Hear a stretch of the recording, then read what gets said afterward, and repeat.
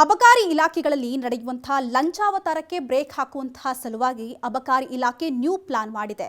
ರಾಜ್ಯದಲ್ಲಿ ಇರತಕ್ಕಂತಹ ಎಲ್ಲಾ ವಿಧದ ಮದ್ಯದ ಅಂಗಡಿಗಳನ್ನ ಡಿಜಿಟಲೀಕರಣ ಮಾಡಲು ಅಬಕಾರಿ ಇಲಾಖೆ ಮುಂದಾಗಿದೆ. ಹೌದು, ರಾಜ್ಯದಲ್ಲಿ ಒಟ್ಟು 12,614 ಮದ್ಯದ ಅಂಗಡಿಗಳಿವೆ. ಪ್ರತಿ ವರ್ಷ ಇವುಗಳ ನವೀಕರಣ ಸಂದರ್ಭದಲ್ಲಿ ನವೀಕರಣ ಅರ್ಜಿಯನ್ನ ಅಬಕಾರಿ ನಿರೀಕ್ಷಕರು ಪರಿಶೀಲಿಸಿದ ನಂತರ ಲಕ್ಷಾಂತರ ರೂಪಾಯಿಗಳಿಗೆ ಬೇಡಿಕೆ ಇಟ್ಟು ಲಂಚ ತೆಗೆದುಕೊಂಡು ನಂತರ ಆಯುಕ್ತರ ಬಳಿಗೆ ಅರ್ಜಿಗಳನ್ನ ಸಲ್ಲಿಸ್ತಾ ಇದ್ರಂತೆ. ಈ ಕುರಿತಾಗಿ ಹಲವು ಬಾರಿ ಬಾರ್ಗಳ ಮಾಲೀಕರು ಹಿಂದಿನಿಂದಲೂ ಆಗ್ರಹಿಸುತ್ತಲೇ ಬಂದಿದ್ರು.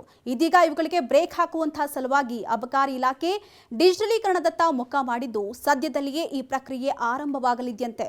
ಇನ್ನು ಈ ಮದ್ಯದ ಅಂಗಡಿಗಳನ್ನ ಡಿಜಿಟಲೀಕರಣ ಮಾಡಿದಂತಹ ನಂತರದಲ್ಲಿ ಮದ್ಯದ ಅಂಗಡಿಗಳ ಹೆಸರು, ಮಾಲೀಕರ ಹೆಸರು, ಕಾರ್ಯನಿರ್ವಹಣೆ ಮಾಡ್ತಾ ಇರತಕ್ಕಂತಹ ಸ್ಥಳ, ಪರವಾನಗಿಯ ನವೀಕರಣ, ಯಾವಾಗ ಬಾರ್ಗಳು ಆರಂಭವಾಗಿದ್ದು ಎನ್ನುವಂತಹ ಮಾಹಿತಿಗಳನ್ನ ತಂತ್ರಾಂಶದಲ್ಲಿ ನಮೂದಿಸಲಾಗಿರುತ್ತಂತೆ.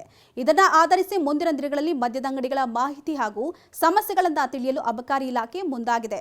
ಈ ಡಿಜಿಟಲೀಕರಣದಲ್ಲಿ ಪ್ರಾಥಮಿಕ ಹಂತದಲ್ಲಿ ಮದ್ಯದ ಅಂಗಡಿಯ ನವೀಕರಣ, ವರ್ಗಾವಣೆ ಸೇವೆಗಳು ದೊರೆಯಲಿವೆ ಅಂತೆ. ನಂತರದಲ್ಲಿ ಹಂತ ಹಂತವಾಗಿ ಇಲಾಖೆಯ ಎಲ್ಲಾ ಸೇವೆಗಳು ಸಿಗಲಿವೆಯಂತೆ. ಸದ್ಯ ಬಾರ್ಗಳ ನವೀಕರಣಕ್ಕೆ ಆನ್ಲೈನ್ ವ್ಯವಸ್ಥೆ ಇದ್ರೂ ದಾಖಲೆಗಳನ್ನ ಮ್ಯಾನ್ಯುವಲ್ ಆಗಿಯೇ ಸಲ್ಲಿಸಲಾಗ್ತಾ ಇದೆ. ಇದರಿಂದ ನವೀಕರಣ ಆಗೋದಕ್ಕೆ 1 ತಿಂಗಳು ಹಿಡಿತಾ ಇತ್ತು. ಈ ಡಿಜಿಟಲೀಕರಣ ನಂತರ 3-4 ದಿನದಲ್ಲಿ ಸಿಗಲಿದೆಯಂತೆ. ಅಲ್ಲದೆ ಈ ಡಿಜಿಟಲೀಕರಣದಿಂದ ಸ್ಥಗಿತವಾಗಿದ್ದಂತಹ ಮದ್ಯದ ಅಂಗಡಿಗಳನ್ನ ಕಾಳಸಂತೆಯಲ್ಲಿ ಮಧ್ಯವರ್ತಿಗಳು ಮಾರಾಟ ಮಾಡುವಂತಹ ದಂಧೆಗೂ ಕಡಿವಾಣ ಬೀಳಲಿದೆಯಂತೆ.